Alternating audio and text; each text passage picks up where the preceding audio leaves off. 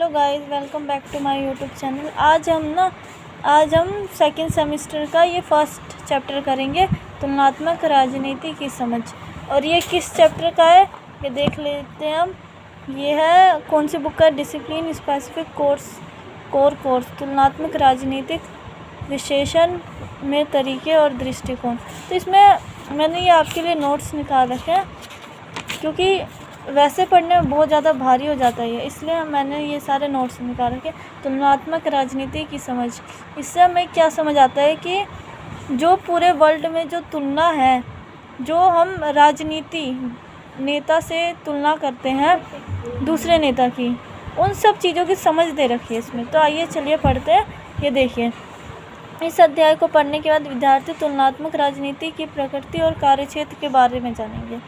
तो समझ लिए। अब देखिए आगे चलते हैं और आपको बताती हूँ कि कैसे क्या होगा। तो ये देखिए,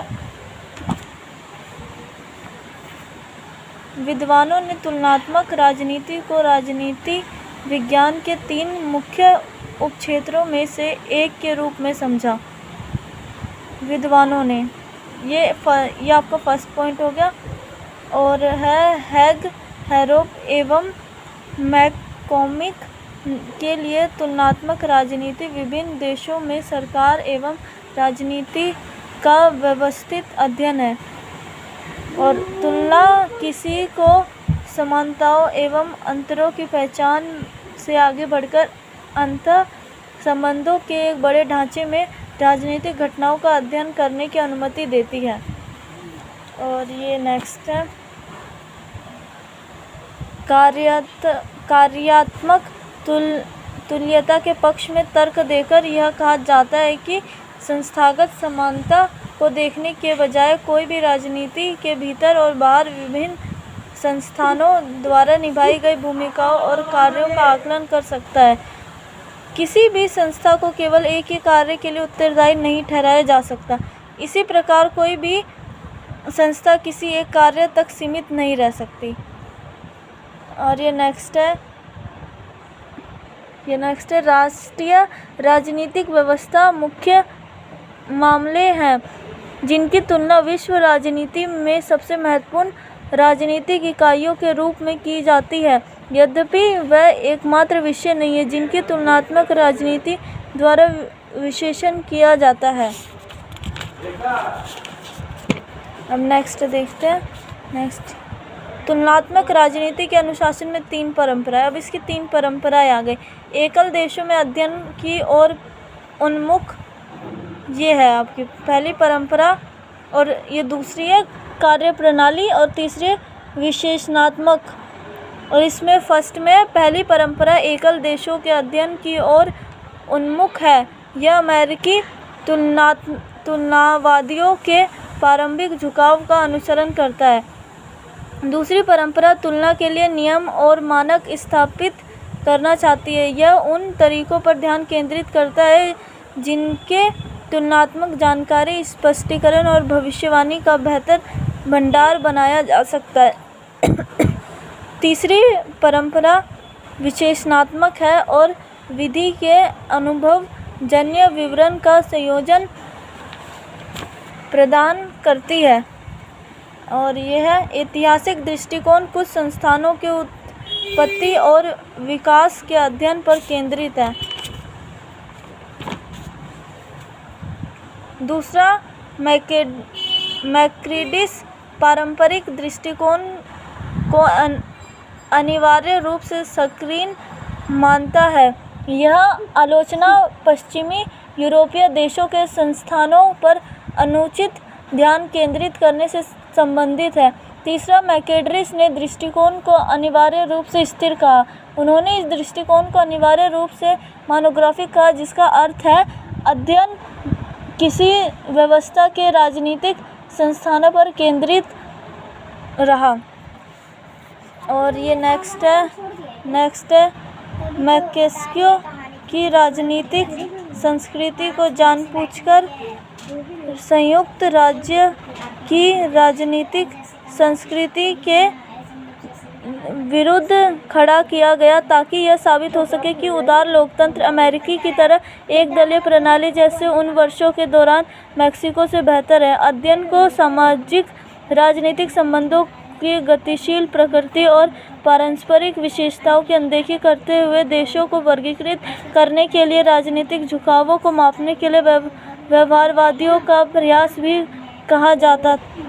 टॉड लैंडमैन 2008 ने तुलना के 4 कारणों की पहचान की है: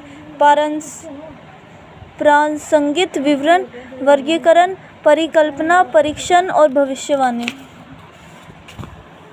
ये देखिए, प्रासंगिक विवरण में क्या है, यह राजनीतिक वैज्ञानिक को यह जानने की अनुमति देता है कि देश क्या है। प्रासंगिक में ये है। और वर्गीकरण में क्या है, इसका तात्पर्य सूचनाओं को सरल और व्यवस्थित करना है ताकि इसे आसानी से देखा और वर्गीकृत किया जा सके। वर्गीकरण में ये है। और वर्गीकरण में ना एक टेबल भी है, ये देखिए, शासन करने वाले, शासन के प्रकार है इसमें। अच्छा, भ्रष्ट कौन सा है, एक व्यक्ति का शासन कैसा है, अच्छे में राजतंत्र है और भ्रष्ट में निरंकुशता है, निरंकुश तंत्र है। कुछ व्यक्तियों का शासन अच्छे में कुलीन तंत्र है और भ्रष्ट में वर्गतंत्र और अल्पतंत्र है। और बहुसंख्यक में लोगों का शासन बहुतंत्र और संवैधानिक तंत्र है, अच्छे में, और भ्रष्ट में लोकतंत्र अथवा प्रजातंत्र। अब देख लेते हैं नेक्स्ट कौन सा है। नेक्स्ट हमारा ये है कोपस्टीन एवं लिचबैक 2005 ने तर्क दिया है कि रुचियों, पहचानों और संस्थानों पर ध्यान केंद्रित करना 3 तरीके हैं जो तुलना करने के विभिन्न मार्ग प्रदान करते हैं। इन चरों का प्रभाव इस बात पर पड़ता है कि राजनीतिक व्यवस्था कैसे संचालित होती है। पहला है हितों पर ध्यान केंद्रित। कुछ तुलनावादी हितों पर ध्यान केंद्रित करते हैं और पहचान पर ध्यान केंद्रित। कुछ तुलनात्मक वादी पहचान को सबसे महत्वपूर्ण कारक मानते हैं। पहचान पर ध्यान केंद्रित में यही था। और अब नेक्स्ट देखते हैं। नेक्स्ट है संस्थानों पर ध्यान केंद्रित। फिर भी तुलनावादियों के एक अन्य समूह का तर्क है कि न तो भौतिक हित और न ही पहचान यह निर्धारित करती है कि किसी देश की राजनीति कैसे काम करेगी। संयुक्त राज्य अमेरिका की इस संस्थागत चुनावी प्रणाली फर्स्ट पास्ट द पोस्ट प्रणाली पर आधारित, दूसरी ओर जर्मनी में अनुपातिक प्रतिनिधित्व चुनावी प्रणाली। दोनों देश लोकतंत्र है, लेकिन दोनों लोकतंत्र का राजनीतिक जीवन और राजनीतिक संस्कृति अलग अलग है और संस्थानों में अंतर भी इस भिन्न का एक प्रमुख कारक है। राजनीतिक दार्शनिक जेम्स स्टुअर्ट मिल ने कैसे तुलना की प्रश्न का उत्तर देने का एक अलग तरीका है। वह तुलना करने के 5 राजनीति प्रदान करता है।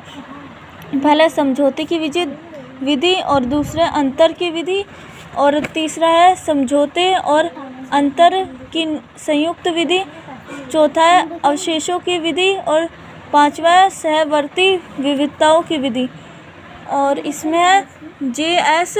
मिल की मेथड ऑफ डिफरेंस को सबसे समान व्यवस्था के रूप में भी जाना जाता है।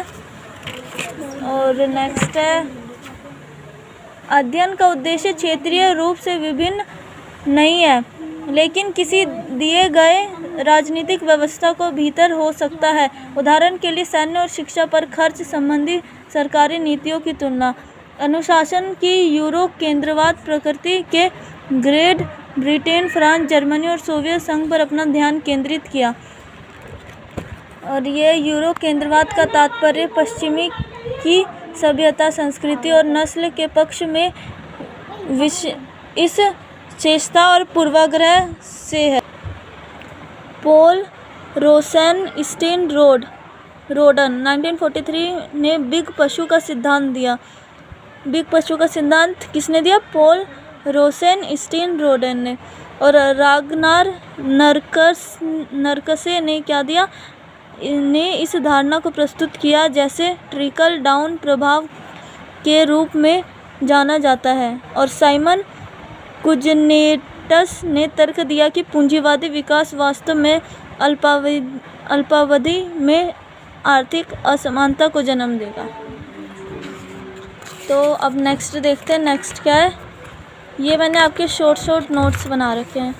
अब नेक्स्ट है डब्ल्यू और आर्थर लुईस 1954 ने अपने तर्क की शुरुआत दो क्षेत्रों के मॉडल, पूंजीवादी क्षेत्र और निर्वाह क्षेत्र को देखकर की। डब्ल्यू रोस्ट्रो 1960 ने अपनी आर्थिक विकास के चरण प्रस्तुति करके विकास के समाजवादी मॉडल को एक वैचारिक चुनौती प्रदान की। पॉल बर्न 1966 ने अधिशेष के मार्क्सवादी सिद्धांत का प्रयोग किया और पिछड़ी अर्थव्यवस्थाओं की आंतरिक स्थिति पर ध्यान केंद्रित करने की मांग की। और ये है आंद्रे गुर्डन फ्रैंक 1967 ने अल्प विकास के विकास का विचार प्रदान किया। एची फ्रैंक ने तीसरी दुनिया को अविकसितता को समझने के लिए एक महानगर उपग्रह मॉडल तैयार किया। समीर अमीन 1976 ने केंद्र और परिधि की अवधारणा प्रदान की। और यह डोस सेंट्रोस 1971 ने निर्भरता के 3 ऐतिहासिक रूप पर चर्चा की। और वो 3 ऐतिहासिक रूप थे क्या?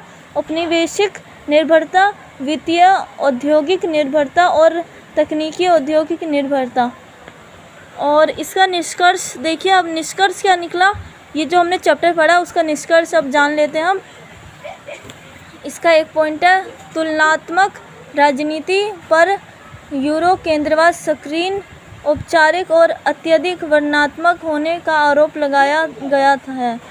और ये एक है, यह संदर्भ के वर्णनात्मक, विश्लेषणात्मक और प्रतीकगत ढांचा प्रदान करके समकालीन राष्ट्रीय, क्षेत्रीय और अंतर्राष्ट्रीय राजनीति में अंतर्दृष्टि प्रदान करता है। तो ये थी आज की हमारी वीडियो। तो आपको कैसी लगी हमारी वीडियो हमें कमेंट में बताइए। तो ये हुआ हमारा चैप्टर कंप्लीट। ये सारे क्वेश्चन हैं जो आप अपने बुक से कर सकते हो, जो आपको सोल की तरफ से मिले होंगे। तो थैंक यू।